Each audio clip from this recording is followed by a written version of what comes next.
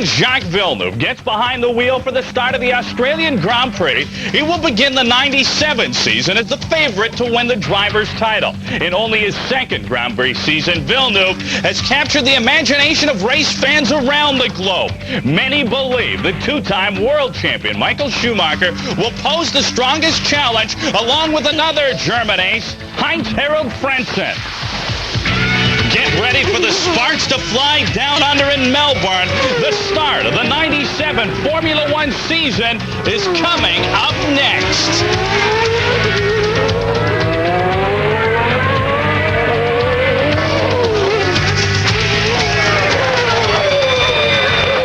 TSN Formula One Pit Pass is presented by the Players Grand Prix of Canada. They are proud to bring you round one of the Formula One World Championship from Albert Park in Melbourne, Australia. Hi, everybody, and welcome to TSN's continuing coverage of international motorsports. We appreciate your patience. I'm Darren Detishin. It is our pleasure to be bringing you the inaugural race of the 1997 F1 season. Now, earlier this week, there was a great deal of concern in this very building as to whether we would be allowed to bring you tonight's race. But we have been given the green flag, and we are thankful for that. To the race itself. And if 1996 was Jacques Villeneuve's coming out party, 97 appears to be his crowning achievement. Villeneuve is the odds-on favorite to win the Drivers' Championship powered by an exceptional Williams team. Having said that, the Australian Grand Prix is the first of 17 races, so who knows what will transpire and what will unfold. What seemed like a never-ending off-season, well, the teams and the drivers finally got to flex their muscles on Saturday with the qualifying. The sun was shining on Albert Park for the first official qualifying session of 1997. Jacques Villeneuve was looking to claim the pole position for the second consecutive year. 5 minutes into the one-hour session, Villeneuve set the time to be 2 seconds faster than last year's pole time.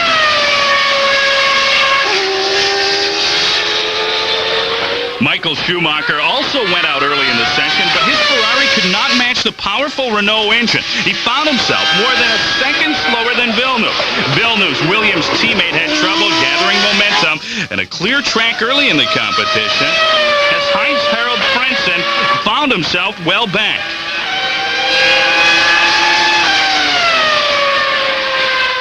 "22 minutes into qualifying, Villeneuve bettered his provisional pole time by more than a second, nearly 3 seconds faster than his 96 best time. David Coulthard in his new silver McLaren was pushing it to the limit midway through the session, and he managed the third quickest time behind Schumacher and Villeneuve. Damon Hill's woes continued. The Yamaha-powered Aero struggled to put in a solid lap of qualifying and was more than 6 seconds off his former teammate's time. Gerhard Berger and the Benetton team struggled as well. Berger collided with the Sauber of Nicola Larini with less than 2 minutes remaining, which forced the session to be stopped. When the session did resume, everyone was looking to close the gap on Villeneuve, including his teammate Frentzen. And with no time remaining, Frentzen clocked the second fastest time to make it an all-Williams front row. Schumacher ran out of gas trying to chase down the Williams pair and was bumped to the second row. So here's a look at how they'll line up for the Australian Grand Prix. For the second year in a row, Villeneuve sits on the pole. Last year, he finished in second place in his first ever F1 race. This year, he will be looking to win it all for his 5th career Formula One victory. Beside him, his teammate Heinz-Harald Frentzen, who is still looking for his first ever F1 win. On the second row, the always dangerous Michael Schumacher, who is not fond of the Albert Park circuit and was rather vocal about it earlier this week. Schumacher with 22 career F1 victories. David Coulthard sits 4th on the grid in his McLaren Mercedes. 5th is the second Ferrari of Eddie Irvine, who had a podium finish in Australia last year. Mika Hakkinen, who finished 5th in points last year, sits 6th. 7th is Johnny Herbert in the new Ferrari-powered Sauber, while Jean Alesi sits a disappointing 8th in his Benetton Renault. Last year's Monaco winner, Olivier Panis, will start 9th for Alain Prost. Gerhard Berger, the elder statesman of F1, makes his 197th start. It is an absolutely great beginning for Jackie Stewart's team, as Rubens Barrichello will start 11th. Ralf Schumacher, in his rookie debut, has powered his Jordan Peugeot to 12th place. Nicola Larini, who made contact with Gerhard Berger late in the qualifying session, will start 13th. Giancarlo Fisichella, who had 8 starts with Minardi, will start his Jordan 14th. It's a battle of countrymen on row 8. Yukio Katayama, who makes the switch to Minardi, will start inside of rookie Shinji Nakano. Jarno Trulli heads into his first F1 season with some experience as a test driver for Benetton.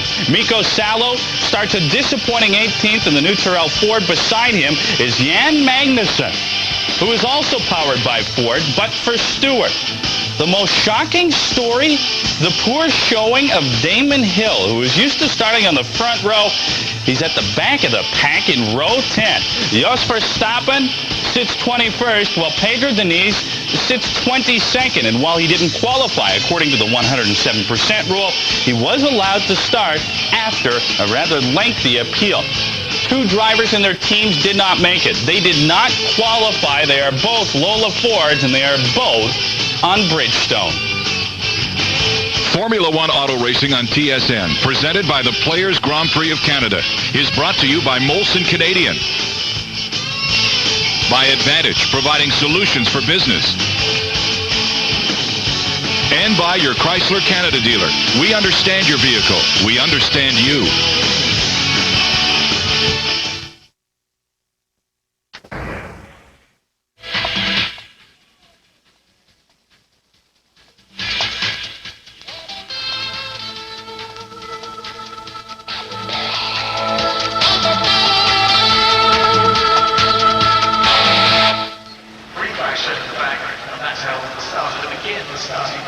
Welcome back to TSN's coverage of the Australian Grand Prix. You are looking live at Albert Park in Melbourne, Australia.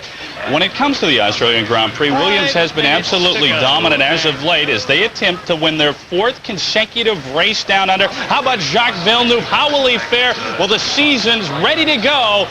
Let's join ITV and Murray Walker. Park in Melbourne, which is in absolutely prime condition, and just look at that enormous crowd on the left-hand side of your screen in spite of a tram strike.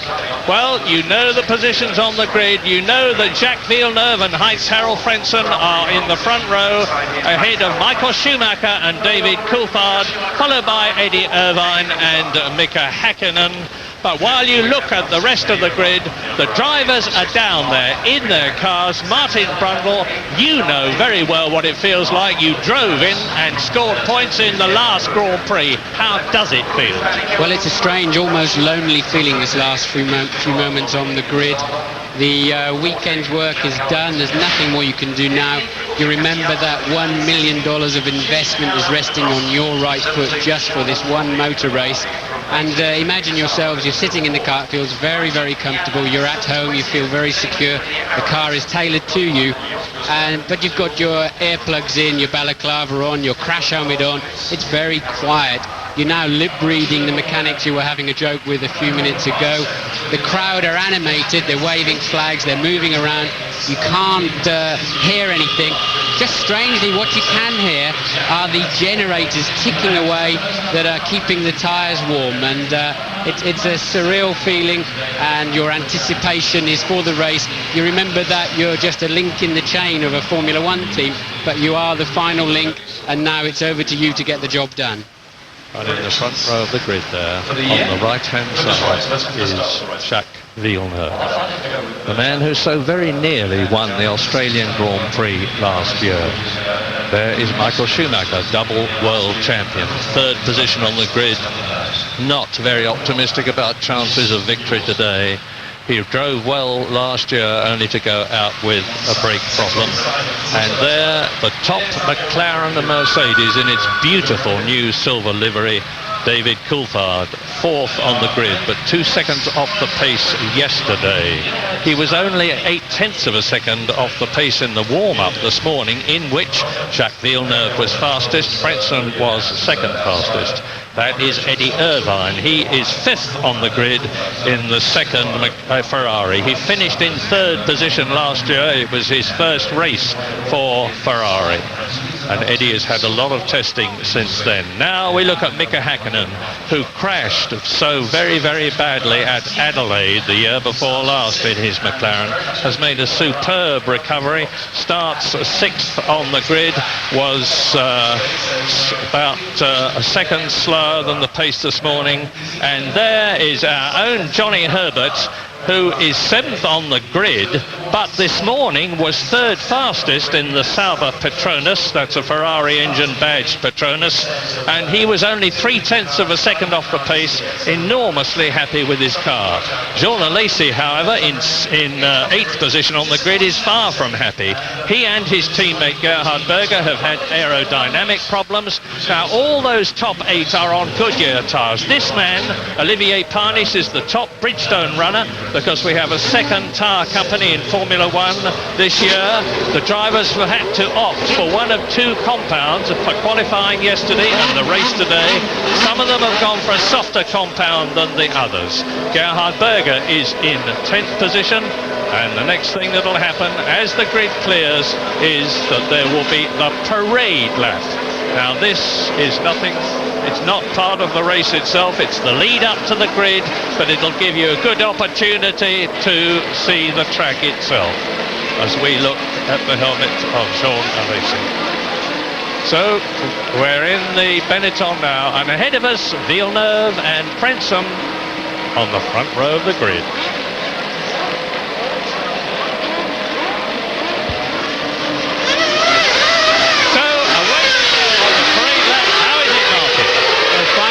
The track suddenly looks big enough. All of those people that were surrounding the cars and the mechanics, tyres, jacks, trolleys, the track looks amazingly small. They all clear at the last minute, and you suddenly feel you have some space around you ready for your start. You've already worked out who's around you on the grid, who's in front of you, if you think you can overtake him, is he a good starter? Can you outbrake him into the first corner? You don't have too much of a strategic plan. You have to think on your feet, because these things take off. A guy starting in 10th place on the grid will be doing well over 100 miles an hour by the time he passes pole position. So, you know, you have to really work on your reflexes, but you will have a basic plan in your head as you're now going around on the warm-up lap. And what they'll be doing on this warm-up lap is keeping the tyres up to temperature as much as possible. Otherwise they lose pressure, which is very critical. It's a big part of the suspension of the car. As much movement is in the tyres as in the actual suspension itself. Is that a problem for Damon Hill? Oh, Damon Hill is pulling off. He started from 20th on the grid after a very torrid time in qualifying and the preceding sessions, and it looks as though he is not even going to start the Australian Grand Prix. Yeah, oh, Damon out. Well, my goodness. Damon Hill retires before the race even starts. Out comes the steering wheel, and this is a bitter blow for the man who won last year's race and the World Championship in such brilliant form. Damon's been very phlegmatic about his problems this year with the new Arrows team, and it is an entirely new team. They've had a hatful of problems, to put it very mildly indeed. Well, this is all part of the roller coaster ride of being a Grand Prix driver. But here's something significant for me. Damon is helping these guys get the car off of the track. He's not walking away from it, throwing his helmet around, throwing his gloves around. He is committed to that team. He's chosen that team, and everybody within the team is impressed with. He's a brick, as somebody put it this morning, in the way that he's really getting behind the team, and I think that's clearly demonstrated there. Some consolation to Arrows, but not much, is the fact that Pedro Diniz, who got onto the grid by a special dispensation yesterday, is at least starting. So they come through to complete the parade lap. There is Olivier Panis, followed by Jean Alesi, Mika Hakkinen. The top driver in the Jordan team is Ralf Schumacher, but that is Giancarlo Fisichella, the young Italian. And so now lining up on the grid, to the right is Jacques Villeneuve, to the left as you looked at it was Heinz Harald Frentzen. It's a 58 lap race, and there is Coulthard slotting into position behind David Coulthard. There is the Benetton, there are the two Jordans, Ralf Schumacher and Giancarlo Fisichella. They're moving over at the last possible moment, the guys on their right-hand side of the grid, because they don't want to run along the dirty side of the track. The tyres are sticky, they're melted rubber basically, and they will pick up the dirt, and they need as much rear grip as they can get. So the heat haze arising from the 700 horsepower engines. 21 cars down there, and when the last light goes on, they will all go out, and it is go. It's go now for Australia 97, and Heinz Harald Frentzen gets ahead of Jacques Villeneuve. There is a surprise. Frentzen takes the lead, and Eddie Irvine goes across, and out goes one of the Saubers. It must have been Johnny Herbert. There was a coming together, but it is Johnny Herbert and Villeneuve. Villeneuve out of the race at the beginning. An amazing happening. First of all, Damon Hill goes out. Then Jacques Villeneuve has a coming together and is out of the Australian Grand Prix, and up into second place in the McLaren Mercedes, it is David Coulthard. So Frentzen leads, Coulthard second, Irvine is third, Häkkinen is fourth, the two Benettons fifth and sixth, Harness is in seventh position, and Nicola Larini in the second Sauber is in 8th place. Now this is a heaven-sent opportunity for Heinz Harald Frentzen. Replay. Yes, I think what happens is that Villeneuve had a very poor start and got surprised by Schumacher into the first corner, coming up his inside, and he really did get smothered and just didn't know which way to go. Well now, Heinz Harald Frentzen, who has been having a psychological battle with Villeneuve in the approaches to the Australian Grand Prix, is certainly on a winning streak now. Frentzen qualified for the Australian Grand Prix higher than he has ever qualified before. In his entire career he has had 1/3 place, and he's in line for a win now if he can keep the Williams going, but he's still got 57 laps to go, and there's action behind him because and that, my goodness, out goes Eddie Irvine. So retirements, Villeneuve is out, and there is Eddie Irvine. So there's decimation already with Damon Hill out as well. Maybe it was Irvine into the first corner up the inside of Villeneuve, because he had a left front puncture there, and I suspect damage to the left front suspension. But it's very weak in any area other than its loaded area when it's working on the car. So now all will be calm in the Williams pit as far as Frentzen's area is concerned, but far from it for Jacques Villeneuve, who was looking for points here in the World Championship. And there is Eddie Irvine. This is a replay of the Ferrari of Eddie. You see him looking at the front wheel, and you can see that it is towed in. You can see that the tyre is running not flat but deflated. Eddie locks it up and goes off the course. So out of the race, right at the very start, is one of the Ferraris, the man who finished third last year. You look at David Coulthard. And there is the McLaren with the Mercedes V10 engine designed and built at Brixworth and another retirement. It's Ralf Schumacher. My goodness, they're going out like flies at the beginning of the Australian Grand Prix. Ralf Schumacher out. Can't see what the problem is.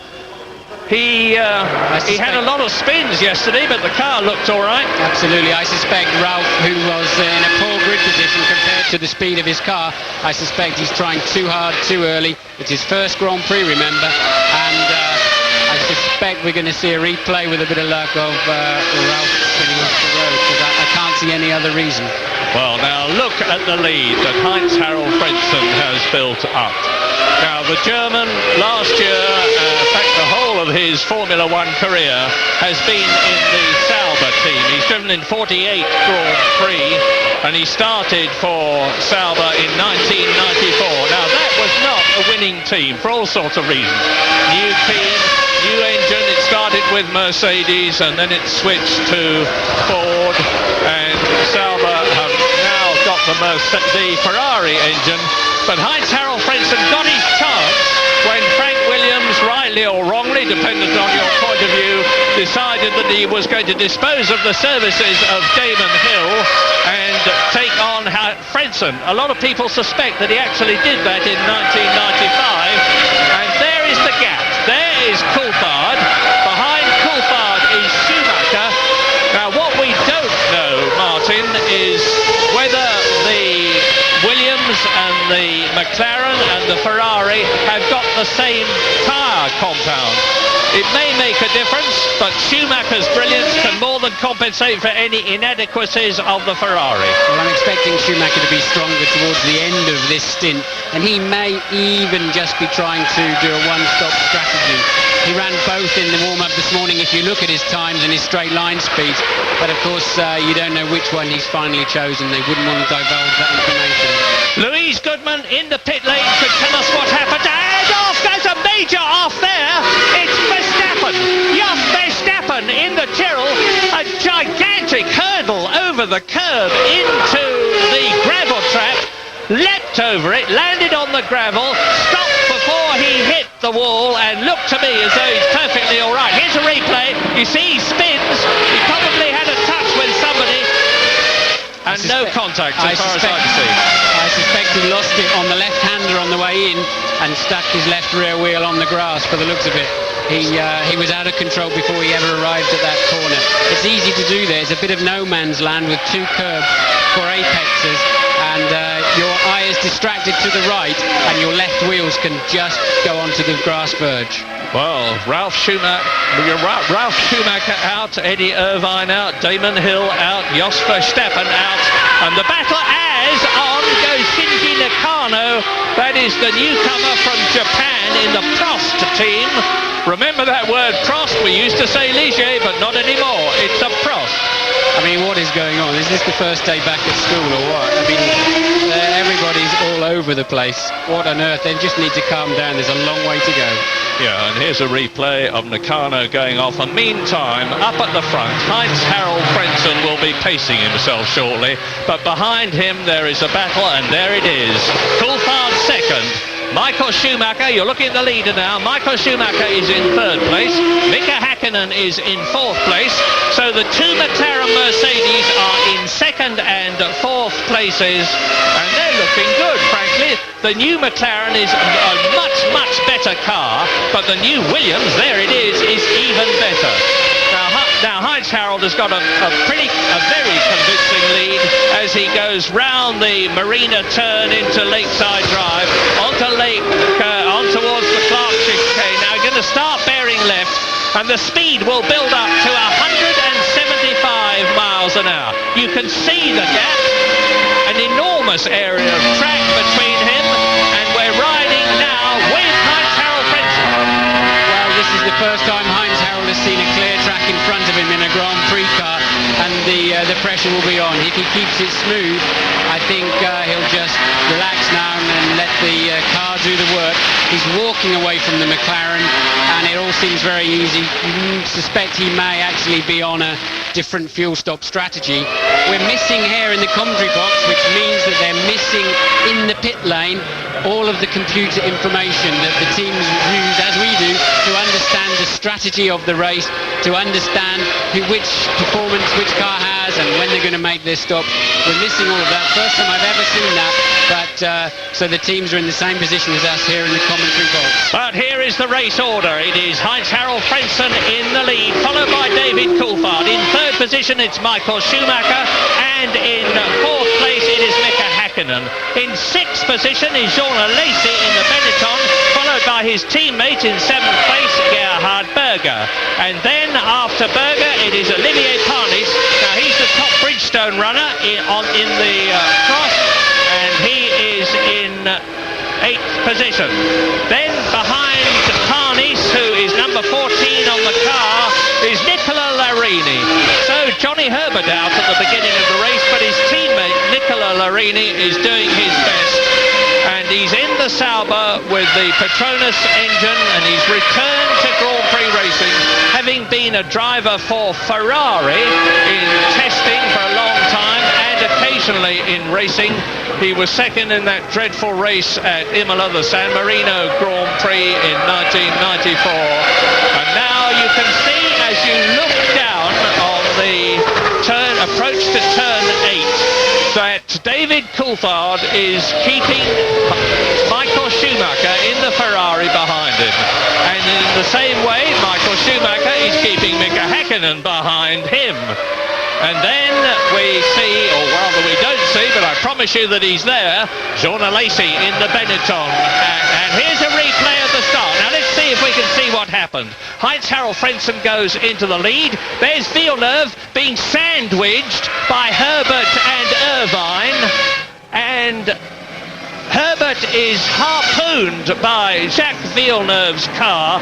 Now, Martin, it's always very, very difficult, if not impossible, to apportion blame when you weren't in the cockpit, but how did it look to you? Well, Irvine had a great start and went down the inside, so initially he's the one that's instigated the incident, but it's not his fault at all. Villeneuve was asleep, probably still panicking from his poor start, and Irv coming down the inside pushed Villeneuve across, and he ran into Johnny, and in fact it took all three of them out of the race. They need a slap for it, and I can assure you in the next briefing in Brazil for the next Grand Prix they will have one. Lap 7 out of 58. Heinz-Harald Frentzen is the fastest man on the track. He's gone round in 1 minute 32.56, and he leads Coulthard by 10.5 seconds. And Damon Hill is down in the pit lane with Louise Goodman.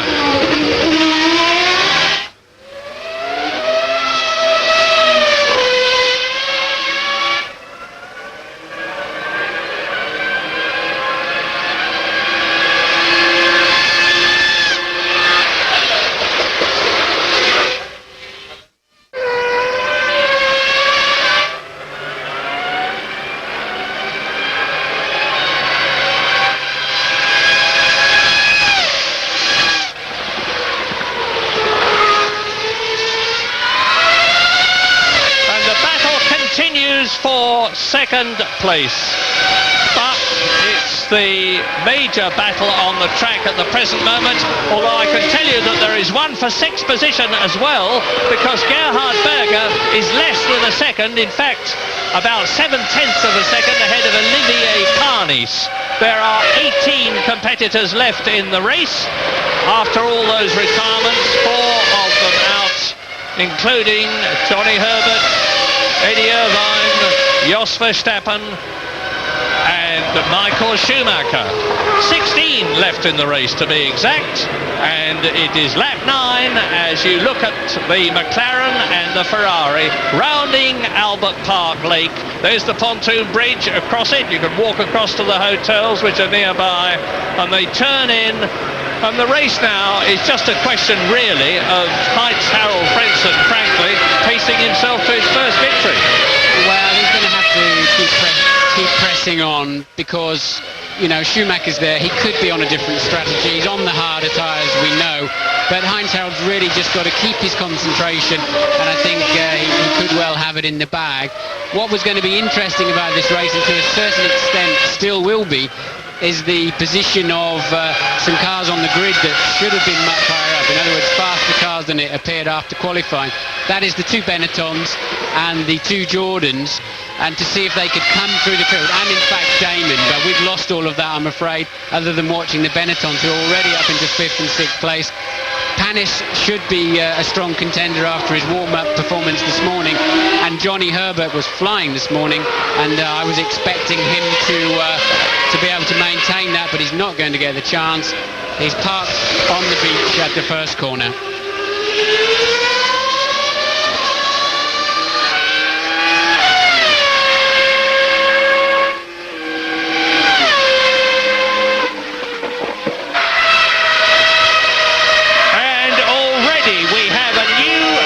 Record, and this is the man who has taken it.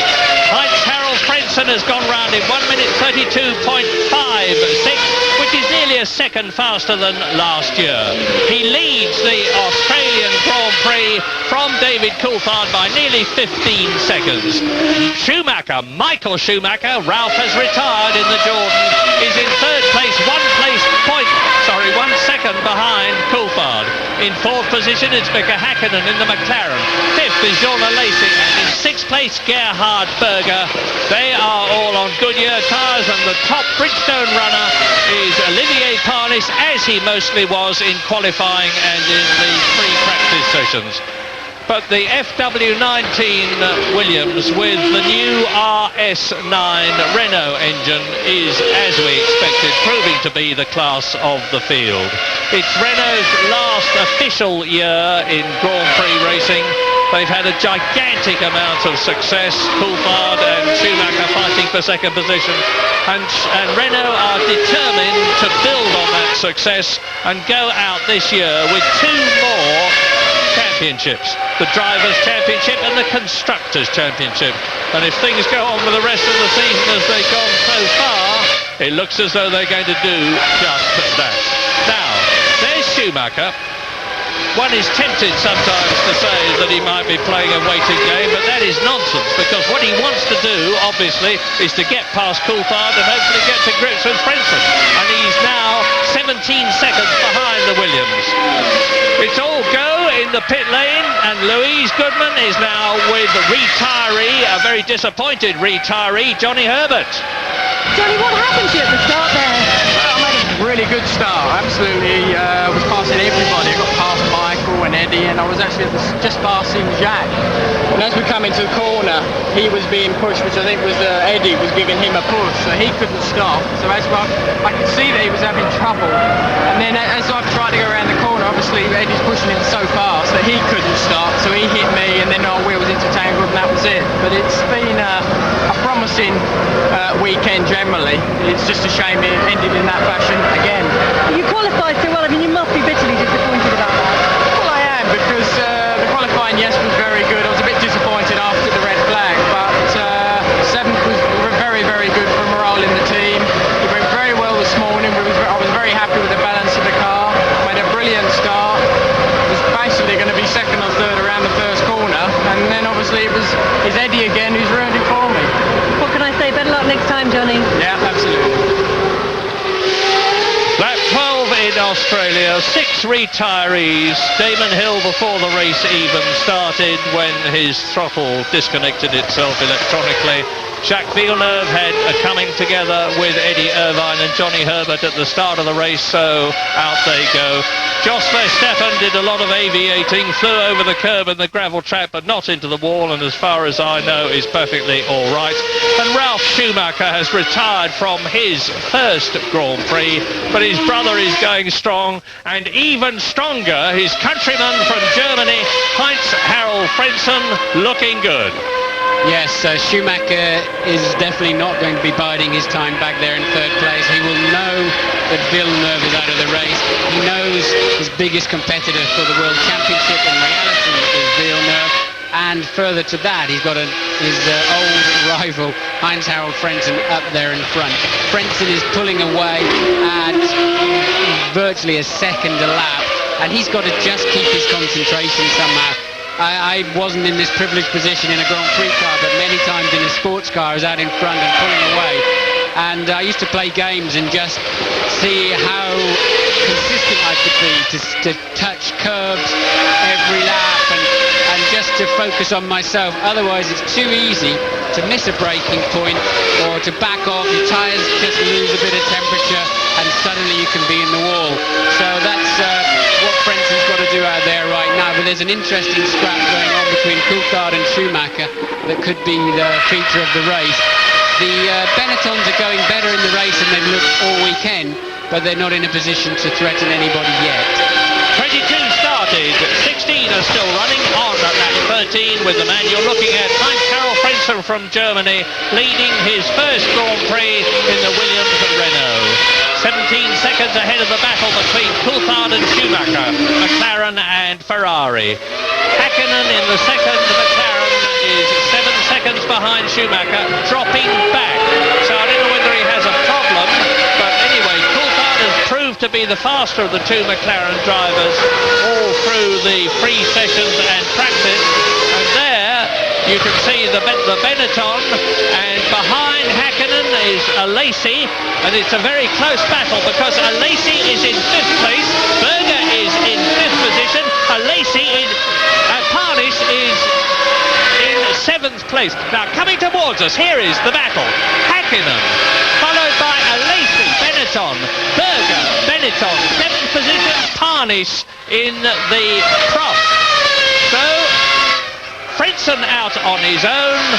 A battle, but not a terribly hectic one, between Coulthard and Schumacher, and this battle, which is getting more and more hectic.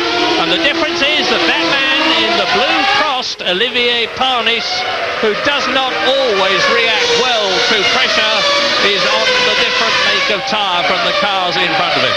Yes, I think Olivier's done his usual very good job actually, but threatened all weekend until final qualifying where he failed to put up the lap time he should have been doing. Now he's driving a good, strong race. He could be in a very good position because I think the Bridgestone's a little bit harder. I think they could last a little bit better through each stint. He may even be on a one-stop race. Hakkinen in the silver McLaren Mercedes-Benz engine. Behind him, the two Renault-powered V10 Benettons of Alesi and Berger. And there's Diniz going off. Whoa!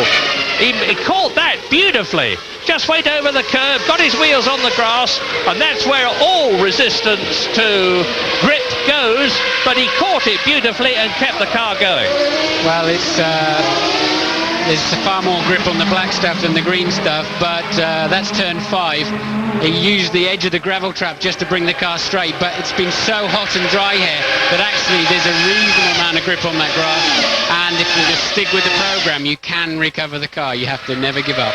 There's a new team in Grand Prix racing. Sadly, the Lolas didn't qualify, Sosferi and his Brazilian compatriot, but in the two Stewart cars, Rubens Barrichello, who has been with Jordan for the whole of his Grand Prix career until this year, is in 9th position, 40 seconds behind the leader, but only 2.7 seconds behind Nicola Larini, and in 11th place it's Jan Magnussen. Now, so very quickly, while you watch the battle for 4th position, and there is Mika Hakkinen in that position.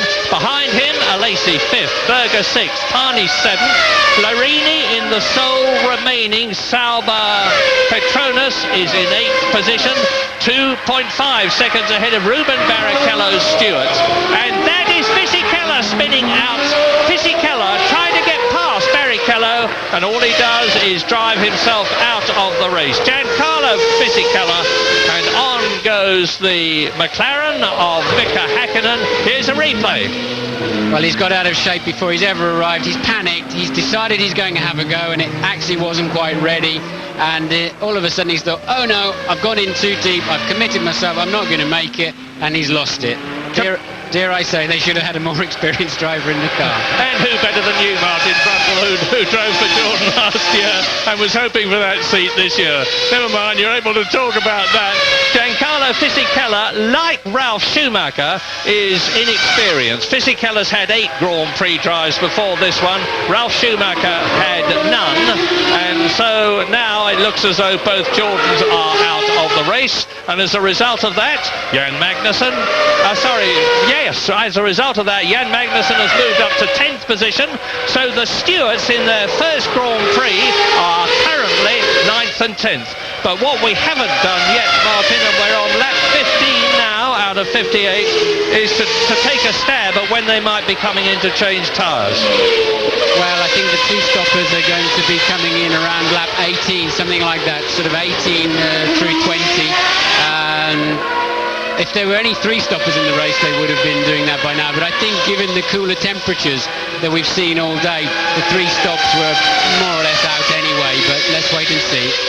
Do you think at this stage of the race, Heinz-Harald Frentzen will be saying to himself, just keep going, Heinz, and you've got it in the bag? Or will he be concentrating so hard that all thoughts like that don't even enter his head? Well, I think he just levelled out on his lap times. In fact, Coulthard and Schumacher just started to match his times. Somebody's given him a hurry up because he's just lobbed another second off of that. to a 1:31.9 for a new lap record and fastest lap of the race by some margin. He has to get, there's a long way to go in this motor race, and never underestimate Schumacher. And those McLarens look very strong in race trim. 7 retirees, one of them, Eddie Irvine, is with Louise Goodman. Eddie, it was all happening at the start there. Can you give us your version of what occurred? The guys at the front didn't make very good starts. I made a very good one and got down the inside, I think, of Coulthard, and I think Mike was outside him, with Villeneuve outside him. And I braked him into the first corner, and Villeneuve came to the middle of the road and closed me down, and the two of us touched, and I damaged the suspension, I got a puncture, I don't know, or maybe both.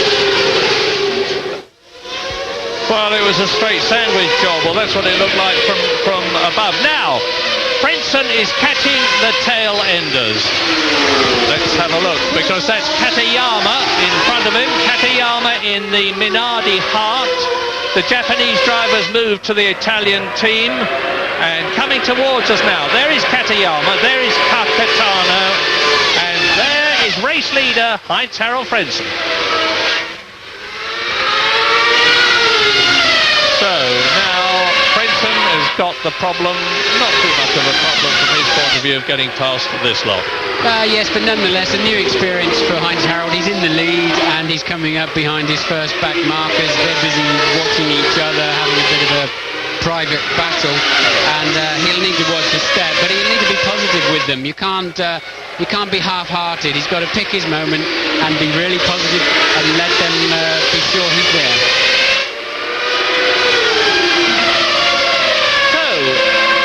Frentzen coming up to lap. Now there is Katayama, behind him Nakano, and behind Nakano is... I think they could well bring Heinz-Harald in, Murray, because he's behind these 3 cars. They may choose to stop him a little early rather than risk having to overtake these cars. So we notice they're getting the tyres out into the pit lane now. I wonder if they might bring him in directly. That would be a smart team move. The man he's taking now is Jarno Trulli in the... No, sorry, it's Pedro Diniz. Pedro Diniz in the remaining arrows. So he is in 15th position, Diniz. So now Heinz-Harald Frentzen is going for Nakano and into the pit lane.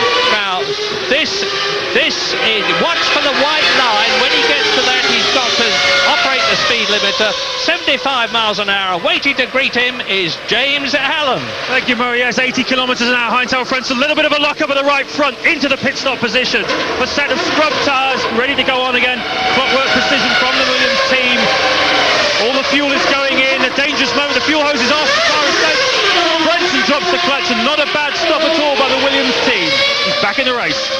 He's back in the race, he's back on the road as the McLaren comes through, and you can see there is Frentzen. Coulthard has gone through into the lead. Schumacher has gone through into second place. Heinz-Harald Frentzen has rejoined in 3rd position ahead of Mika Häkkinen, who is pursued by Alesi and Berger. So race order, lap 19, Coulthard, Schumacher, Frentzen, Häkkinen, Alesi, Berger. And we are on lap 19 out of 58 in the Australian Grand Prix.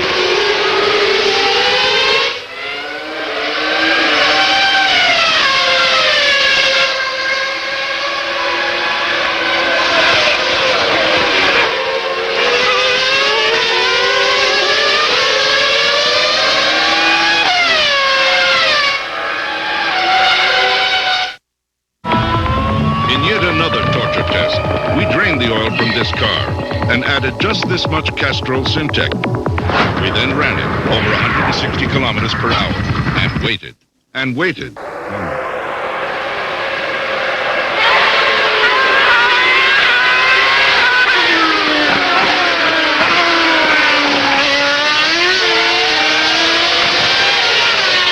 Perfectly okay. So race leader David Coulthard.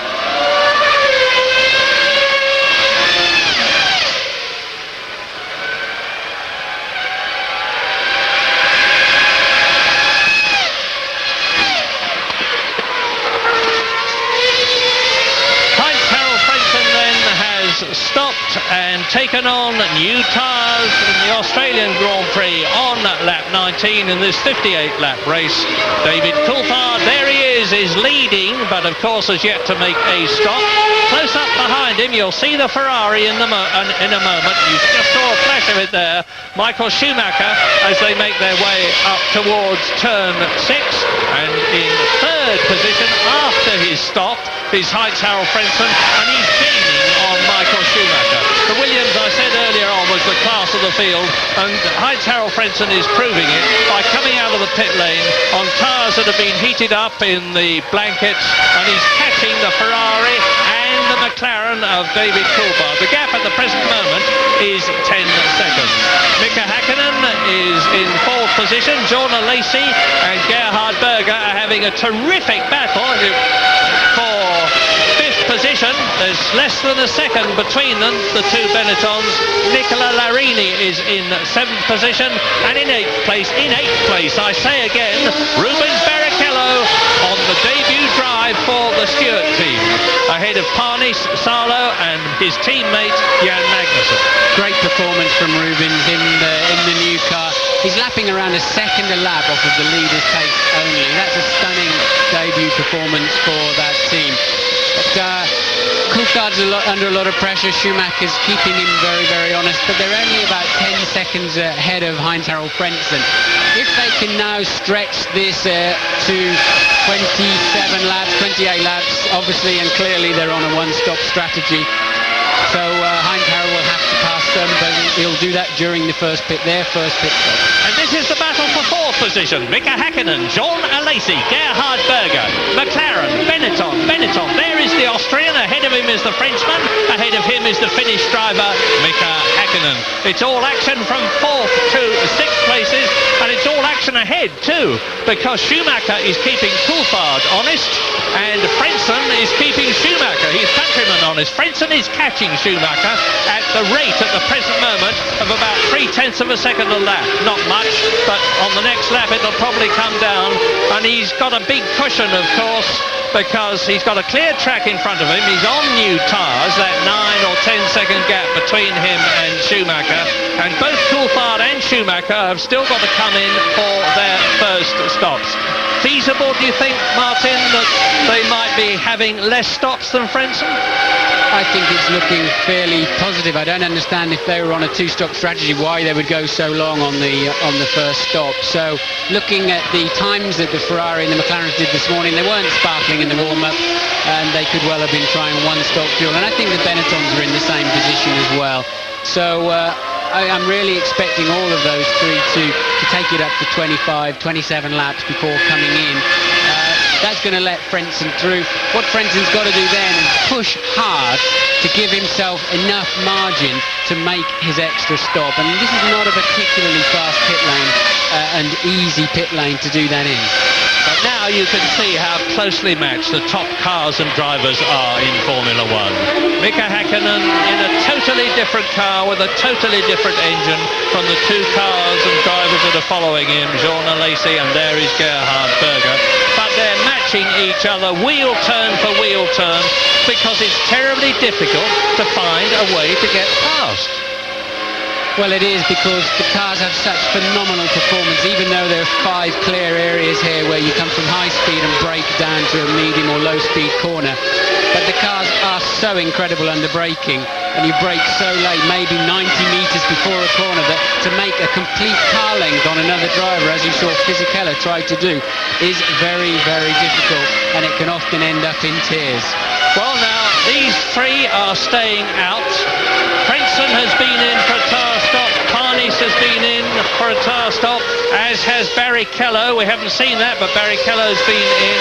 So has Mika Salo. We did see that. Jan Magnussen has been in the Stewart. And there is David Coulthard taking a rip off of his visor, and Schumacher waving his arms, and they're closing up behind Frederick Deniz. There could be a change here. Well, I don't know what the arm waving was about. Was it, if they've lost radio contact with the pits, that is one established signal to cry for some tyres. I want some tyres, bring me in. It could have been a rip-off of the visor, or they could have been moaning at Pedro Diniz for not letting them through. Let's find out. Well, I'll take two guesses about which it was, and I suspect it's the latter. Here we are, here's a replay. Let's see. Out of the last corner comes Michael Schumacher with Mika Häkkinen in front. You're right, Martin. I think it's tyres. I think he's saying, what are you doing? Get me in the pits. I need some tyres. But why isn't he on the radio? Maybe he's lost radio contact. It's not that unusual. Or maybe he's asking the stewards on the start-finish line to black or blue flag this guy and get him out of the way. I think that's what it was. They are asking, why are the blue flags not out more? And you're looking ahead at Mika Häkkinen, who is being held up by Pedro Diniz. Now that shows you how, there he goes past. That shows you actually how much grunt the engine has got. The Yamaha engine, actually Diniz, Schumacher's passed now as you see, but actually Diniz at one point yesterday had got the fastest car on the track in terms of top speed, so there's not a lot of work to do there. The Yamaha engine is developing another 40 horsepower compared with last year. The leaders cross the line to complete their 24th lap. Coulthard and Schumacher together. Okay, I think I've answered my own question. I think they were gesticulating to the stewards, get the blue flags out. There is a procedure. If you pass more than 3 waved blue flags, you get pulled in the pits for a stop-and-go penalty. And I think they were asking, what are you doing? Why haven't you done that? Because neither of them have been in the pits for tyres. Neither of those two teams have got tyres out in the pit lane, so we can assume they're one stopping. What they were unhappy about is they know they've got to make haste on Frentzen to win this motor race. They know now that Frentzen's making one more stop than them. The strategy is clear, and they don't want to lose 3 or 4 seconds, or maybe even more, following the back marker. They know if they can get in front of Frentzen, he'll have a job to pass them, even though he's on lower fuel, fresher tyres, and maybe a faster car. And the news from the front is that Frentzen is now only 5.7 seconds behind Coulthard and Schumacher, and when he came out of the pits he was 10 seconds behind. A reminder about the retirements. Damon Hill out before the race started. Villeneuve had a coming together with Eddie Irvine and Johnny Herbert, all 3 retired at the start. Verstappen is out, Ralf Schumacher is out, Giancarlo Fisichella spun out, so both the Jordans are out. A rotten race for Jordan, who are looking for points and success this year, because although they've got the Peugeot engine, which Prost has got an exclusive on next year, they have been told that if they do well in the first half of the season, they've got a sporting chance of retaining it for next year. Yes,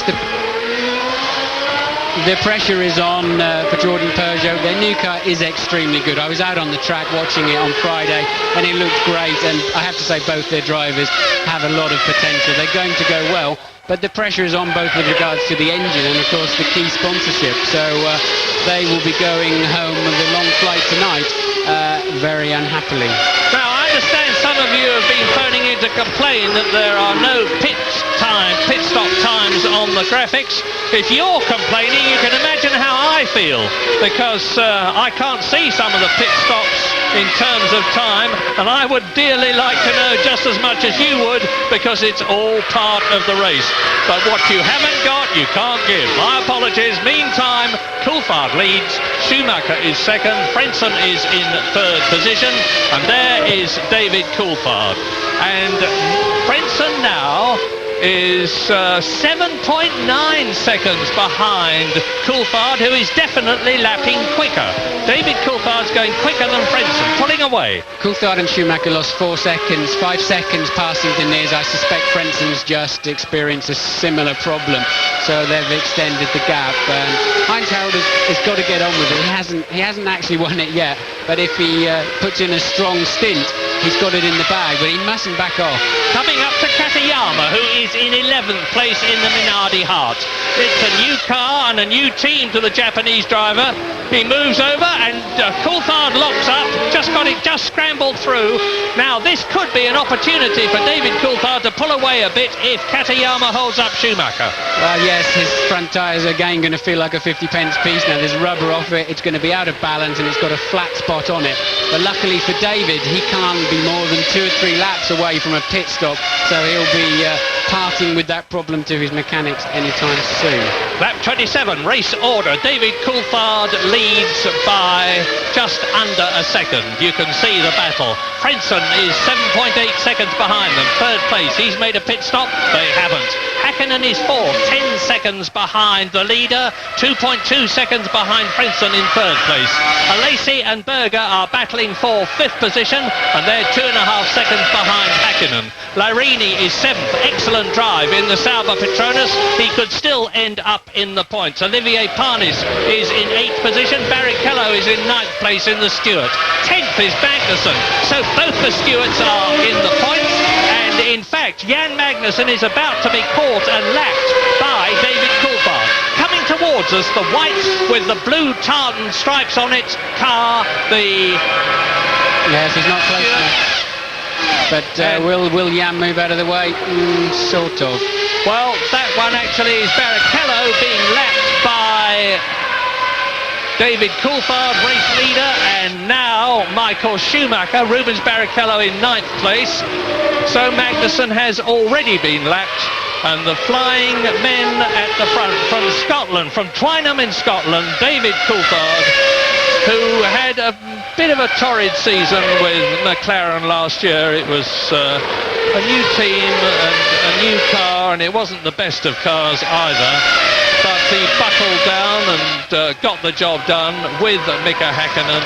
And this year he's got the year's experience of the team behind him. A much better motor car with a brand new Mercedes-Benz engine, which I say again is actually designed and built by the Ilmore concern of Brixworth in England, and he's making the very most of it. David's driving beautifully. He's under pressure from the best driver in the world and handling it very, very well. And he could well be our British star this year. But he's been talking of, after an hour in the car, of losing feeling in his right leg and therefore his right foot. And that can be a problem, especially on a hard-braking circuit like this. He could well start suffering towards the end. But usually the adrenaline and mind over matter can overcome that. But I remember having to pull out of a race once myself because the cockpit was such that you lost all feeling in your legs. The reason for that, incidentally, is that the McLaren seating position is much lower than it was last year. If you could see through the side of the car, you'd see that Coulthard was almost lying down with his feet stretched out in front of him to operate the pedals, and his chin is literally forced into his chest. And he was, as Martin says, suffering pins and needles at best and cramp at worst earlier in the testing sessions. Yes, it is an unusual driving position, and more of the drivers are laying down now. It's described as, by David himself, as laying in the bath with your feet on the taps, and that's a pretty good description. But it can be something as simple as a new overall manufacture and different seams. They fit that car so tightly that even seams on your ovals or a small high spot in your seat presses a nerve ending, and after a period of time it begins to show through. Right, watch the leaders. Here's a review. 15 cars left, and those retirements I had already told you about. Frentzen has been in to have his tyre stop, but the lead has been stabilised at about 8 seconds between Coulthard and Schumacher, and then 8 seconds behind is Frentzen. Fourth is Hakkinen, a further 2.5 seconds back. Fifth is Alesi, sixth is Berger. There's now 1.4 seconds between them. Alesi is pulling away. Panis in the Prost is seventh, quite a long way ahead of Larini's Sauber. Barrichello has been lapped, as has Magnussen. And a new fastest lap for David Coulthard, 1:31.4, fastest lap of the race. He is driving a great stint. He's low on fuel now. He's about to come in for tyres, so we know the car is very light. Frentzen is not having a good stint. He's not made the most of his fresher tyres, and he really hasn't closed the gap. He's now 9.2 seconds behind, and this is absolutely critical. Of course, David is going to come out behind one and only stop, but Heinz Harald has one more stop to do. So I think this is a very significant part of the race. And Schumacher is faster than Frentzen too. And Prost, the Harness has had a pit stop. Coulthard is just put up a new fastest lap and therefore a new record lap. 1 minute 31.4 compared with Villeneuve's 1:33.4 last year. So that's 2 seconds faster than last year. We're over half distance now, so there's little doubt about the fact that the McLaren and the Ferrari are just on a one-stop strategy, and there's little doubt either that Frentzen is on a two-stop strategy, and he'll have to pull his socks up because the gap now is back to what it was when he came out of the pits. Yeah, I mean, that's a fabulous lap time from David, but the guy who signs his checks, Ron Dennis, is going to be saying, what are you doing in the 31s? Suddenly, when you were 32s and 33s immediately before that. He's obviously got a second wind, and off he goes. David Coulthard, look back. He's inching out a gap over Michael Schumacher. 1.6 seconds is the lead now, and the Ferrari people are getting ready in the pits as in comes the Benetton of Gerhard Berger from 6th position. He was 1.1 seconds behind Alesi on the track. Yeah, it seems a reasonable stop. New tyres there, sticker tyres. Tyres are not as difficult as they were before. There's a lot of fuel going in there. That obviously, as a one-stopper, you do have to put a lot of fuel in. I suspect there's a bit of cat and mouse going on between McLaren and Ferrari right now. They would have started the race with more than enough fuel to go half distance so that they could have a shorter fuel stop, so that the fuel and the tyres will take about the same time for Coulthard and Schumacher. And they won't, they'll want to bring Schumacher in, if they can, before Coulthard, so that he can get out and get in front. But they really want to synchronise their pit stops, and I suspect they're watching each other's pit boards rather closely at the moment. No pit stop time graphic for Gerhard Berger, not guilty, but you can see that Coulthard is still that distance ahead of Michael Schumacher, who comes into the pits now.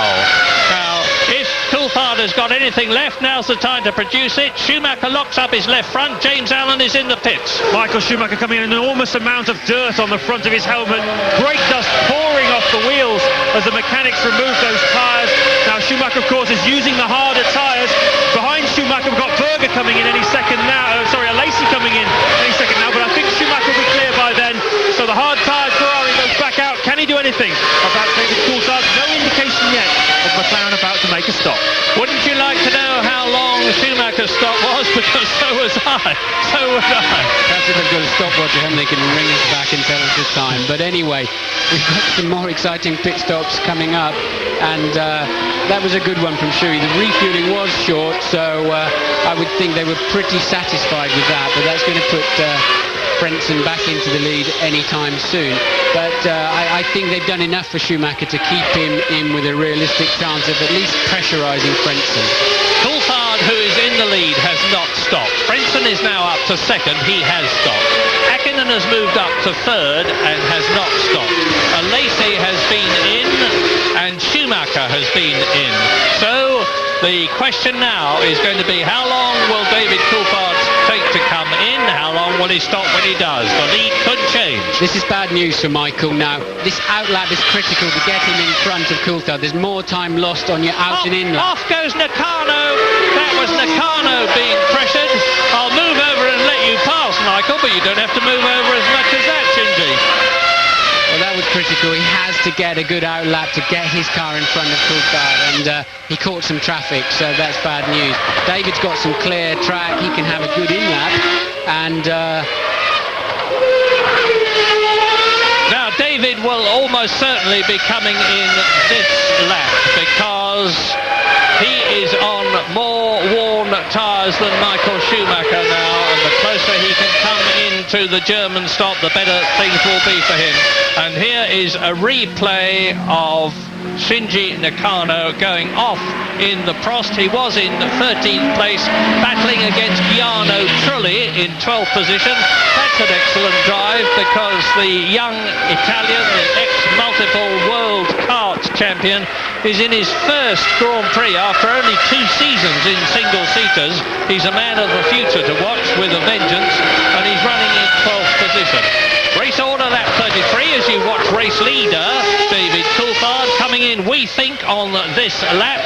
Coulthard leads Frenson by 12.5 seconds, so there will almost certainly be a lead change, and we'll know the answer very soon, because in comes David Coulthard. Let's get down to James Allen, good and early for this one. James. Thank you very much, Murray. Yes, David Coulthard coming down the pit lane, the speed limiter, 80 kilometres an hour. Now the McLaren team, they haven't been at a Grand Prix for quite a long time. They don't want to mess this one up. They've always been very good at pit stops. You notice these Flash Gordon type helmets the pit crew are wearing, very stylish. Now David Coulthard, the time ticking away, a beautiful stop by McLaren. Meanwhile, I must just tell you that the Lacey has completely ignored the signals to come in 3 or 4 times. The mechanics are literally standing on the wall, shaking their fists at him with in-arrows. He's ignored 3 arrows telling him to come into the pit. I have no idea what Jean Lacey thinks he's doing.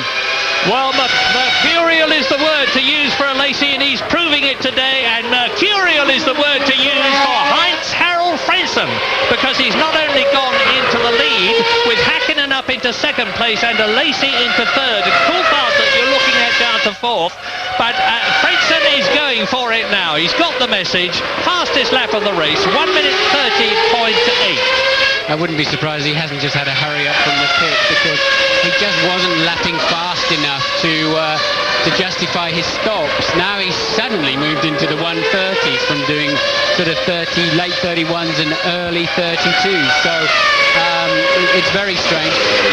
I think it's difficult for Heinz. First time he's led a Grand Prix. How hard do you push? How do you pace yourself? And he was getting it wrong, and he's lost most of that stint to take advantage. I think the team may have spoken to him, or he suddenly realised for himself.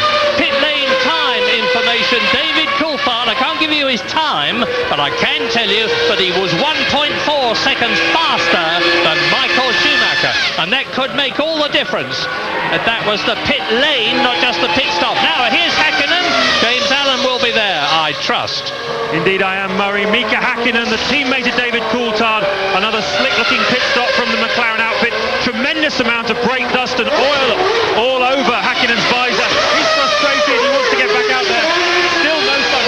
9.7 seconds for Mika Hakkinen. Still no sign of Jean Lacey. Martin, what on earth is this guy think he's doing? His radio equipment, even if it was broken, he's given enough in-arrows. Very strange behaviour by Jean Lacey. A miracle of modern science. The pit times are back. 9.7 seconds for Mika Hakkinen, and we're on lap 35. Heinz Harold Frenson is there in the lead, but Jean Lacey, ignoring pit signals or not, is closing, because as a result of David Coulthard's stop, Lacey is now up into 2nd place, and he is lapping a second slower than Frenson. So Frenson, who has made 1 stop, and a Lacey who hasn't made any, is looking good. Lacey knows. And there we are. There is the... Now, if a Lacey has run out of petrol, I could use an Anglo-Saxon expression to say what his boss, Flavio Briatore, who is an Italian, will be saying to him. And you can see by the body language of the Benetton mechanics that they are absolutely furious, because they know that a Lacey has been told to come in lap after lap after lap, and what does he do? He ignores them. And there's... Oh, Jean, you may well look a bit worried. You've got a major problem, Sunshine, when you get back to the pits. And now Michael Schumacher is back into 3rd place, and Frenson is going faster than ever. Well, I hope he's got his fuel card with him. He can buy some more. But if I was him, I would get out of the car and head straight to the airport. I would not want to come back to the pits, because he obviously thought the car was going well. The tyres were great, and he wanted to keep going. He felt he could make it run. He would know, or think he knows, how much fuel was in the car, and he was wrong.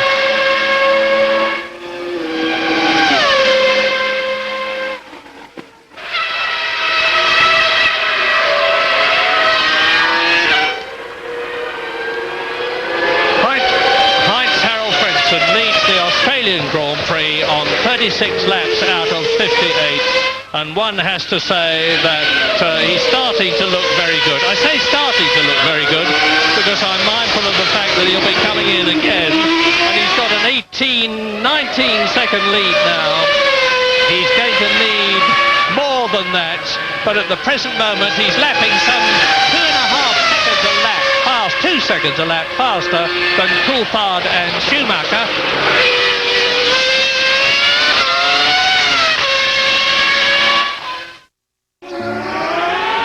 Lap 38 of the Australian Grand Prix. The leader there is Heinz-Harald Frentzen, who has made his one stop. He's now pulling away rapidly from David Coulthard and Michael Schumacher, who are separated by 3 seconds. Frentzen is 23 seconds ahead of them, but good as that may sound, remember that he's going to have to come in again for another tyre stop. Jean Lacey ran out of fuel, as I thought, so his reputation is going to be absolutely rock bottom in the Benetton team.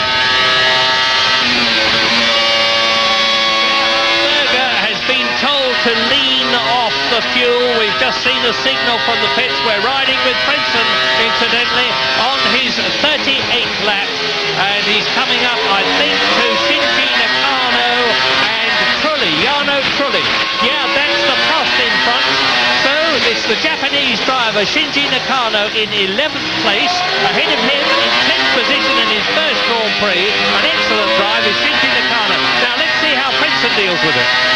Well, he's more than close enough to get a good toe off the back of the Prost, and you've got to be careful coming past guys like that in their first Grand Prix, especially when they're running together and focusing on each other.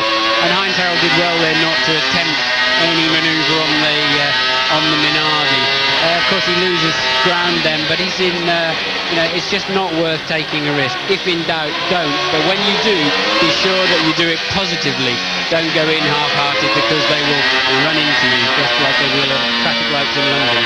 Well, he's losing time, of course, in the battle between himself and Coulthard and Schumacher, or at least he was, because now he is past Jarno Trulli, and when Coulthard and Schumacher come up to that battle between Nakano and Trulli, they are going to have to overcome the same problem that Heinz-Harald Frentzen has already done. And it's surely not going to be very long. It's 20 laps now to the end of the first Grand Prix of 1997 here at Melbourne in Australia, with a very positive look for Heinz-Harald Frentzen. Yes, Frentzen could well be coming in any time now. I thought between 38 and 42 laps, but the Williams team look as if they're getting ready to bring him in. They were probably expecting him to be tucked up behind some back markers again, but actually he's cleared those very, very well. They may leave him another lap. They haven't taken the covers off of the tyres yet, which suggests they're not necessarily expecting him in, and indeed he didn't come in. They're ready for him. They may try and stretch it a bit further. There's no point in cutting a stint short. You've made your race strategy. Stick to as much as you can, but think on your feet, as they did on the first one when they brought him in early. He's on lap 40 now.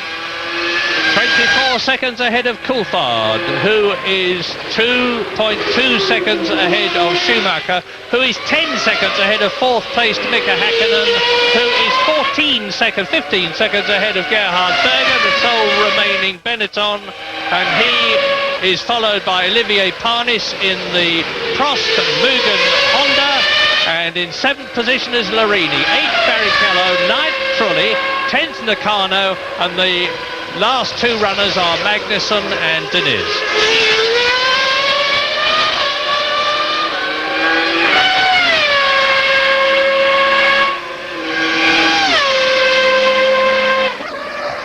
Welcome back to TSN Motorsports Control. While we are away, Heinz-Harald Frentzen entered the pits for his second and final stop of the race. While he goes into the pits, David Coulthard assumes the lead in this race. What a dramatic turn of events that we've had in Australia so far, right from the get-go, with Jacques Villeneuve going out early in the race, right from the beginning. Damon Hill didn't even make it to the start of this race, and now Frentzen pitting and coming out with a time Oh, this is a long pit stop for Frentzen as well, with a time of 16.4 seconds as he takes off. Let's rejoin ITV. Heinz-Harald Frentzen will be stuck behind his old adversary. Lap 42 now. Coulthard's been through, Schumacher's been through, Frentzen has been through. The gap is 7 seconds. 7 seconds covering the top three. Coulthard, Schumacher, Frentzen. Häkkinen is in fourth place. 13 seconds covers the top four. So it's going to be a tremendous closing few laps in Australia.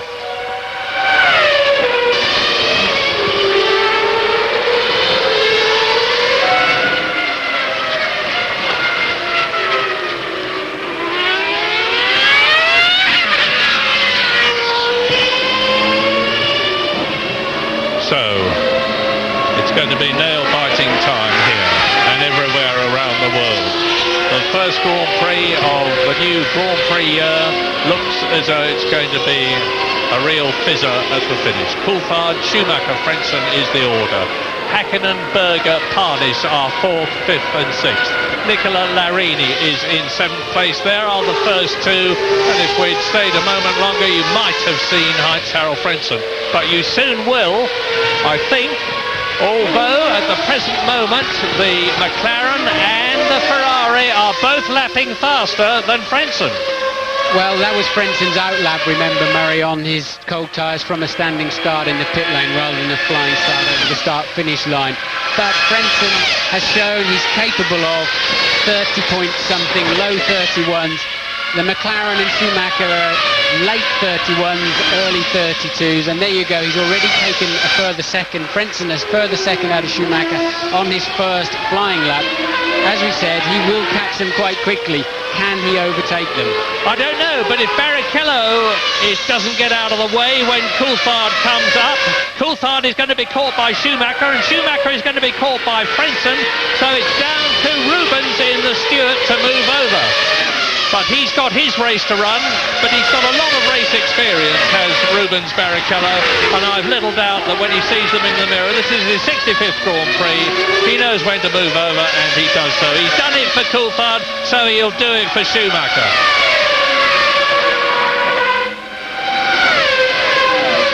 So now, can David Coulthard take the opportunity of the fact that Barrichello is between him and Schumacher to sprint away, comparatively speaking? So Schumacher passes Barrichello.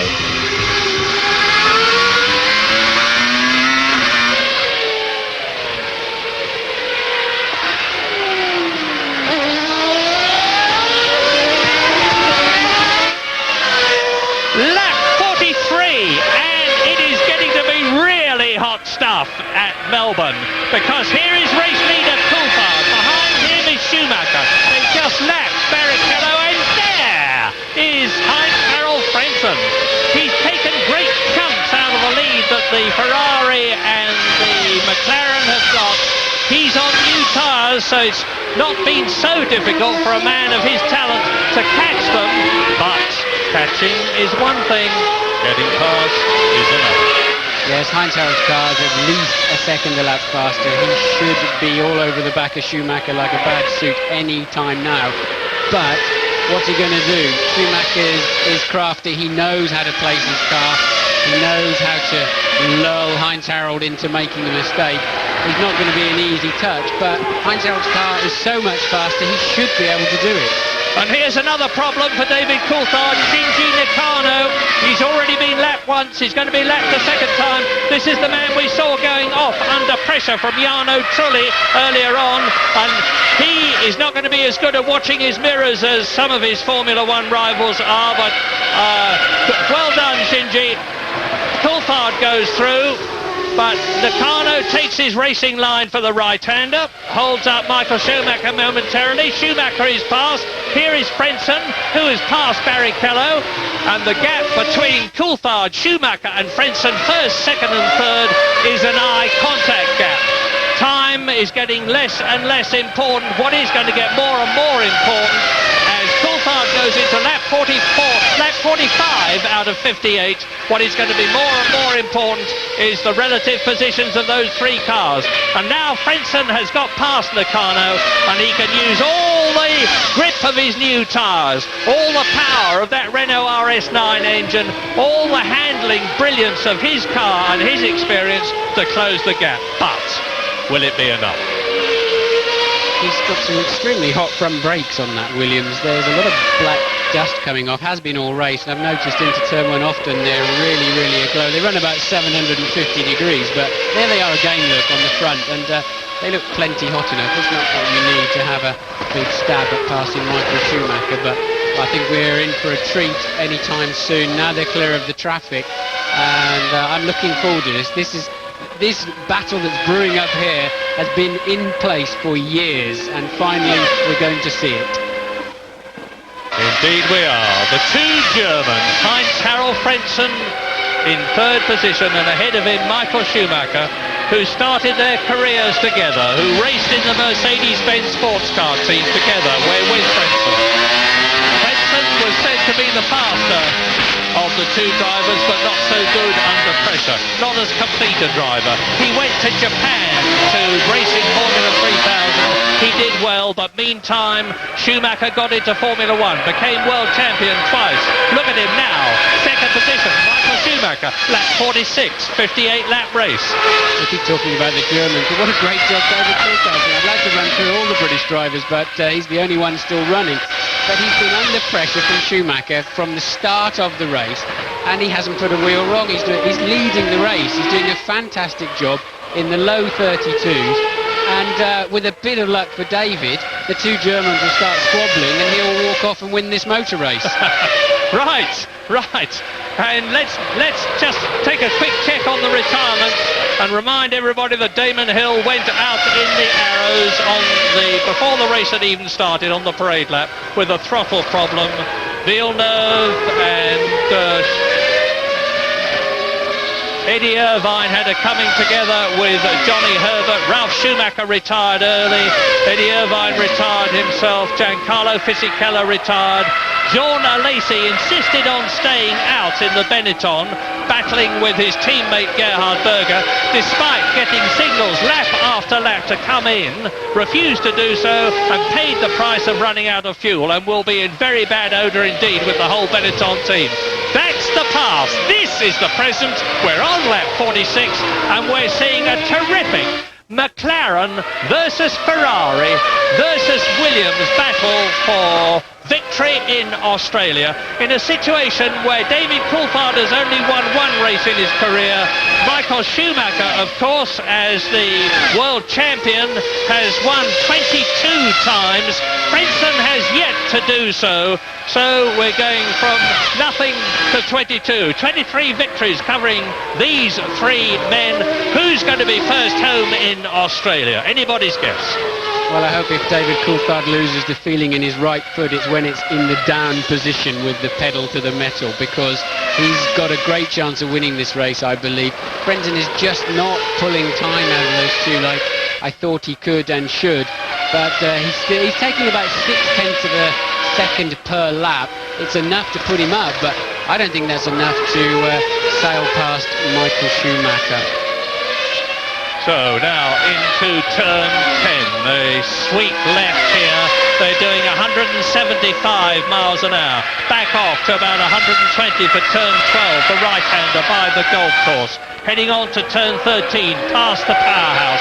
Turn 13, they slow down at the apex to about 75 miles an hour. Increase speed to 135 miles an hour before turn 14. That's it, the right-hander, 105 miles an hour. Now into the very slow second gear, left-hander, 45 miles an hour. Into the last corner of the lap, turn 16, and the gap between Coulthard leading and Frentzen third was 2.7 seconds. Very shortly, I'll tell you what it is as they go into lap 48. There goes Frentzen across the line. It is 2.8 seconds. And they're lapping, as you can see, at an identical time, 1:31.7. That's right, 31.7 for Coulthard on that lap, 31.8 for Schumacher, 31.8 for Frentzen. He's not making an impression, and well, we'll just have to wait and see. I just don't understand why he's not pushing harder now and closing that gap. He's got the machinery to do it. Maybe he's got some kind of problem inside the car, because he really should be sailing up behind them. Well, we always say very critically how he's not gaining. Look at him. What sort of a problem might he be having, if he's got one, Martin? Could be brakes, could be tiredness, could be a downshift problem where he has to be careful coming into a corner. He might just be tensing up a little bit and not letting the car have its head and do the job. What we're seeing here, interestingly, is two different race strategies, putting three cars on the same place on the racetrack. The lighter fuel load and the better tyres that Heinz Harald has had the benefit of, against having to go through that pit lane one more time. But it's the critical thing now, coming up to the end of this race, is track position, and the one-stop strategy has given them track position, and he's now got all the work to do. He's got to come and take it away, and he's not doing it. Well, if Coulthard wins this race, McLaren and their new sponsor will think that all their Christmases have come together. That beautiful silver livery has been produced because McLaren parted company with the sponsor that they'd been with for 23 years, and with which they had achieved such enormous success.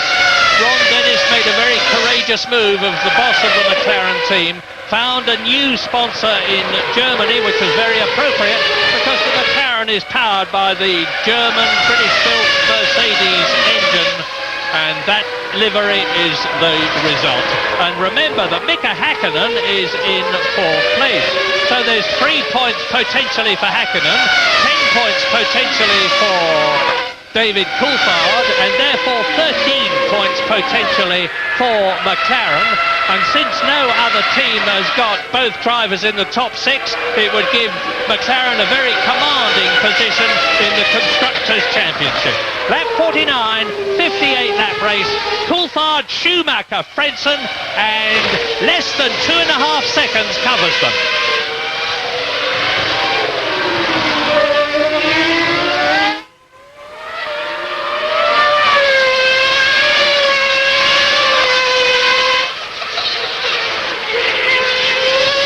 I said less than 2.5 seconds. It looks even less than that to me as they go into lap 50.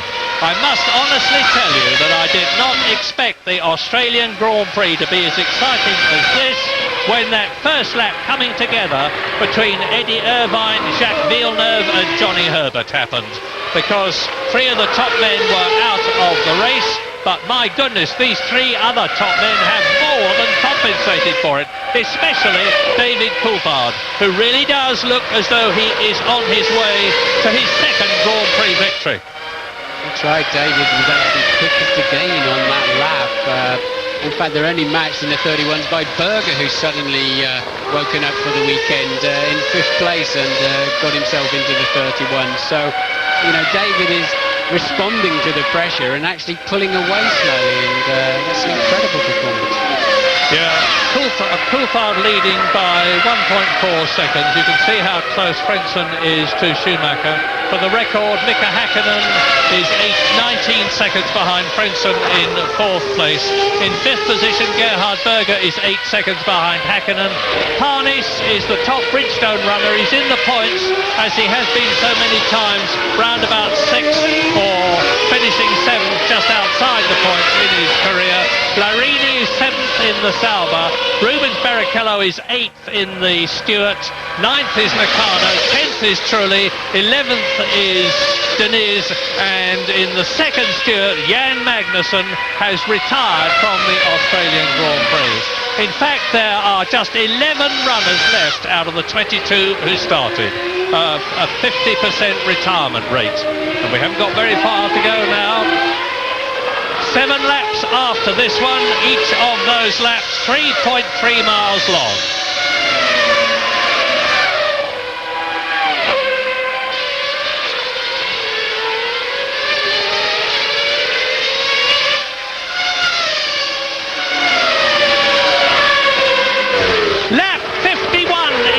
Australia in this 58-lap race, and David Coulthard is magnificently keeping the McLaren ahead as Frentzen catches Schumacher. And there's some tyres out for the Ferrari.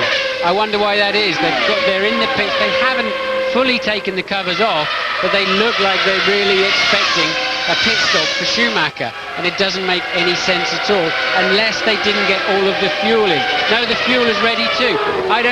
They're going for a splash and dash at the end of the race. That does not make any sense. Over to James. Well, Martin, I think I can make some sense of it. The tyre covers are indeed off for Schumacher, but the number 5 and number 6 rigs have been swapped over.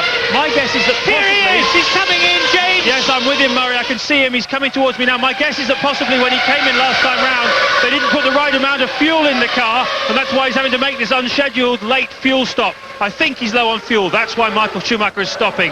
Anyway, he's in the blocks, you can see, and well, a lot of disappointment amongst the Ferrari team. Ross Brawn was in consultation with Schumacher's race engineer Giorgio Ascanelli. Schumacher fairly unimpressed by it all, as you can imagine, and well, he could have come second. 4.4 seconds it was, just a little splash and dash, Murray. Only about 25 litres, and as you can see, he joins just in front of Mika Häkkinen, who will see his opportunity. Meantime, on lap 52 out of 58, Harold Frentzen has moved up ahead of Schumacher, of course, into second place, and he's 2 seconds behind David Coulthard, and he's lapping 0.2 of a second quicker. So he's got to go faster yet to catch him, and then he's got to get past him. Well, there's Frentzen. He's got past Pedro Diniz, who is still running 3 laps down in the arrows. Race order very quickly while you watch Frentzen catching, he hopes, Coulthard. Coulthard leads, Frentzen second, Schumacher is in third position just ahead of Mika Häkkinen. Berger is fifth, Harness is sixth, Larini is seventh, Barrichello is eighth, 9th, 10th, 11th, Decano, Trulli, Diniz. Well, this is Heinz Harald's lucky day in many ways with that first corner incident. Mind you, he had a great start to pull him well clear of that, but now this should be the spur for him to just get on with it, and he's nothing between him now and his first race win, other than cruising up behind Coulthard and passing him. He's just taken 0.9 of a second out of David Coulthard on that lap. No, in fact, that was the last lap. I'm sorry, he lost 0.3, passing Diniz. There's 6 laps to go. He's going to have to hurry up.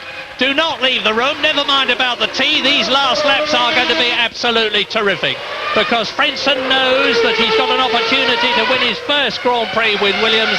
David Coulthard knows that he's got his opportunity to win his first Grand Prix with McLaren and his second Grand Prix in his career. They're on lap 53 in this 58-lap race.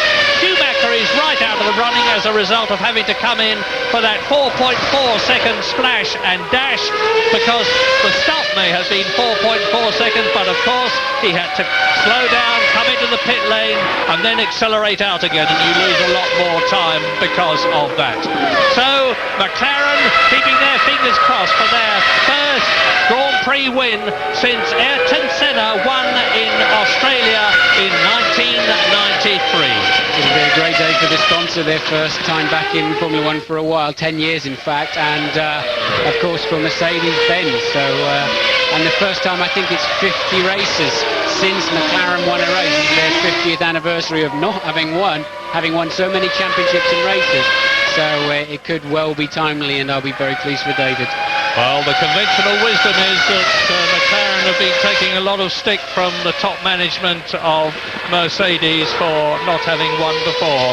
Mercedes are used to winning with the great Rudolf Caracciola and Hermann Lang before the war, with Sterling Moss and Juan Manuel Fangio in sports cars and in Grand Prix racing in 1954, 1955. Then their attention went to the International Touring Car Series, which hasn't got the prestige of Formula 1. They decided to race with McLaren, and who better, because they've got all the experience and all the facilities and wonderful people. But victory has eluded them. They've been very close to it. They're very close to it now, but there are still 4 laps to go at the end of this one, and Heinz-Harald Frentzen is pushing, but you can see he's not pushing nearly hard enough for one reason or another, because the gap between him and David Coulthard that we are watching is not diminishing. This is Coulthard's 42nd Grand Prix. and his career has taken in karts with enormous success. Formula Ford Championships, the GM Lotus Championship, British Formula 3, he won the prestigious race in Macau and the Masters race before he went up to Formula 3000 for a couple of years.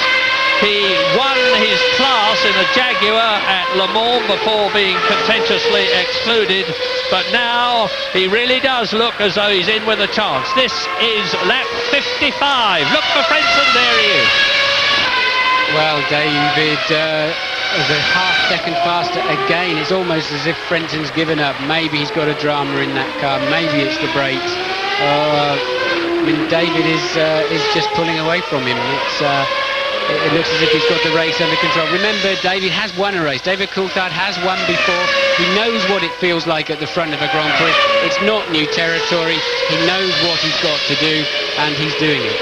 Well, David's father, Duncan, and his mother, Joyce, up at Twynham in Scotland. And everybody at the Star Inn, I know, who follow his career so closely, must surely be absolutely on the edges of their seats now. Because we're on lap 55, just laps 56, 57, 58. As we ride with Frentzen, look ahead, look ahead. Where is David Coulthard? Out of the right-hander, turn in again and look for the silver McLaren. There it is ahead of us. It's some 3 seconds in terms of gap. And now they're coming to turn 14, down to the left-hander at 15 in this 16-turn race, 16-turn lap. And then we'll have the full lap straight ahead of us. And Heinz-Harald Frentzen, like us, will see his quarry. There it is. That's right, he can see him in the distance, but he's got to focus on his part of the racetrack and hit all of those apexes, brake at the last... Oh, he's lost it! He has lost it! Unbelievable! Heinz-Harald Frentzen will incur the wrath of Williams in much the same way as Jean Alesi incurred the wrath of Benetton, because the management will say there was no excuse for that. You were under pressure. This is the reputation, deservedly or not, that Frentzen has to tend to lose command when he's under extreme pressure, and that of course means that victory is certainly going to be David Coulthard's if he can keep the car going for another 2 laps. Bitter, bitter luck for Frentzen and extreme embarrassment. Don't think luck had too much to do with it, Murray. He hit the brake pedal too hard, too late, lost the back of the car. I think he's going to be talking about brake problems at the end of this race. His brakes look extremely hot, and I suspect that's going to be the story. If his front brakes were fading, like I mentioned a while back, he would get too much rear brake. That incident was caused by the rear wheels locking. Hard on the brakes, start downshifting, the rear wheels lock, and you swap ends and onto the beach. Yes, to be fair to Frentzen, Patrick Head was telling us before the race began that Jacques Villeneuve, who had that coming together in the first lap, had been complaining about spongy brakes in qualifying and in the practice periods, because the grip of the tyres is such with these softer compounds that they are really almost getting beyond the limits of the brakes. Now here's a replay, let's see what happens. There we go, look, you'll see the back end step out. Yeah, look, no, the front disc has gone. Those brakes were running too hot. It's on fire, look. He's lost his front brake disc. That is not Heinz-Harald's fault. He's only got 3 brakes and it's turned the car around. Those front brakes were running way too hot, as we said. And I unreservedly and grovellingly apologise to Heinz-Harald Frentzen for doubting him. Not his fault at all, and my goodness, how terrible he must feel, knowing that he got at least 6 points and maybe even 10 within his grasp. But not if David Coulthard had had anything to do with it. He's on his 57th lap now in this quite incredible race, which started off at the early lap, first lap, with Villeneuve, top man. We expected to battle against Frentzen all the way. Here's a replay. Now we're with Frentzen. You see the brakes gone. The braking pressures are unevenly distributed, and off he goes. That's right. The right front would have been braking, and the 2 left and the 2 rears, and that just swings the car sideways. The massive power of those brakes, Superman wouldn't keep that pointing in the right direction. There's Michael, and he's in second position. David Coulthard leads on lap 57 out of 58 by 23 seconds. That is the man he leads. Michael Schumacher, second in the Ferrari. Third is Mika Häkkinen. Both the McLaren Mercedes are in the top three. Gerhard Berger is fourth for Benetton, 1.8 seconds behind Häkkinen. Olivier Panis is in sixth position. Nicola Larini moves up to sixth for Sauber Petronas and is the last man not to have been lapped. And into the final lap. Lap 57 goes David Coulthard, who has driven a magnificent race. Well, he's been under pressure the whole way, up until now as it happens. And he hasn't put a wheel wrong. He's been firm with the back markers. He hasn't been off the road. He had a couple of brake blockings when he had to nail a couple of back markers. But other than that, he's driven the perfect race, and he deserves this race. And there's a new peril that we're going to see a lot of this year on the outside of the racetrack, are the marbles, because we're running much softer tyres, the little pieces of rubber. Well done, David Coulthard. Well done, McLaren. Well done, Mercedes-Benz. Well done, Ilmore. Well done, everybody. This has broken the drought for McLaren Mercedes. There will be the most enormous rejoicing. This is the first race they have won for 50 races. They thought that it was going to be a dreadful anniversary. Instead, it's a brilliant success. David Coulthard wins the Australian Grand Prix at Albert Park in Melbourne, and Michael Schumacher comes through in the closing stages, probably to do better than he was really expecting, to get 6 points for himself and Ferrari. And look how close Mika Häkkinen is in the background, over the line in third position, just ahead of Gerhard Berger, and there was very, very little in it. There was only 2.7 seconds between Häkkinen in third position, and Olivier Panis down there. So let's go through it again. David Coulthard wins in Australia by 20 seconds from Michael Schumacher, who beats Mika Häkkinen into third place by 2 seconds. Häkkinen finishes 0.6 of a second ahead of fourth place Gerhard Berger. Olivier Panis gets 2 points for the Prost team in its first Grand Prix, and Nicola Larini gets 1 point for the Sauber Petronas team in his first Grand Prix for them, and their first Grand Prix with the Ferrari-based engine. So a really interesting race. It was a cracking race, as you say, better than it first appeared after those disastrous first few laps. Fantastic drive for Coulthard, 1-3 from McLaren, solid effort from Häkkinen, Berger in fourth, fairly ordinary run. Schumacher will be disappointed with second place, not winning a race where both Williams tripped up, and he's not going to be happy. Solid performance for Panis and Larini for the final 2 points positions. Great Grand Prix, I enjoyed it. Well, I'm sure David Coulthard enjoyed it. He's worked so very hard for this, an extremely nice chap. And he has worked and worked and worked for this victory, including especially his personal. Very disappointing day indeed when it comes to Jacques Villeneuve, but a thrilling race, especially for David Coulthard. We'll take a short break. When we return, we will watch Coulthard as he takes to the podium. The Japanese know a thing or two about styling. Not to mention detail and precision. That's why one of Japan's favorite cars is a Suzuki, and why we proudly offer Canadians the Esteem, a perfect marriage of practicality and style. Discover what the Japanese already know about us. Call for the dealer nearest you. Suzuki. All you have to do is drive one. Right now, you can lease a 97 Esteem for just $159 a month. If someone you love could call you long distance right now, what would they say? Call him. Alonzo Mourning, 21 points per game, loves McDonald's French fries. Hey! Reggie Miller, threat from the outside, loves McDonald's French fries. Whoa! Patrick Ewing dominates the post, loves McDonald's French fries. Yow! Scottie Pippen, over 1,500 career steals. Uh-oh. And a great first step. McDonald's irresistible fries. Go get 'em. The Japanese know a thing or two about strength. Not to mention aesthetics.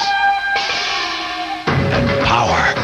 That's why one of Japan's favorite cars is a Suzuki, and why more and more Canadians are driving the Sidekick Sport, the most intelligent purchase on the road. Discover what the Japanese already know about us. Call for the dealer nearest you. Suzuki. All you have to do is drive one.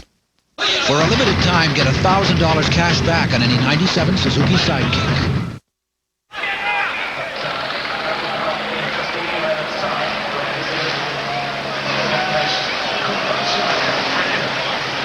Yes, I wonder if anybody, or if Heinz Harald moved his brake balance rearwards, because it was clear his front brakes were very, very hot. Yeah, that's an engineering problem. They haven't got enough cooling, or maybe they ran a bit too much tape on the ducts. But especially with the two-stop brakes, he's never had the high fuel load. He shouldn't have had a problem stopping. So I wonder if he did manage to put his brake balance to the rear. Up onto the podium, Ron Dennis on the right. Is Ron kissing David Coulthard, or is he whispering in his ear? No.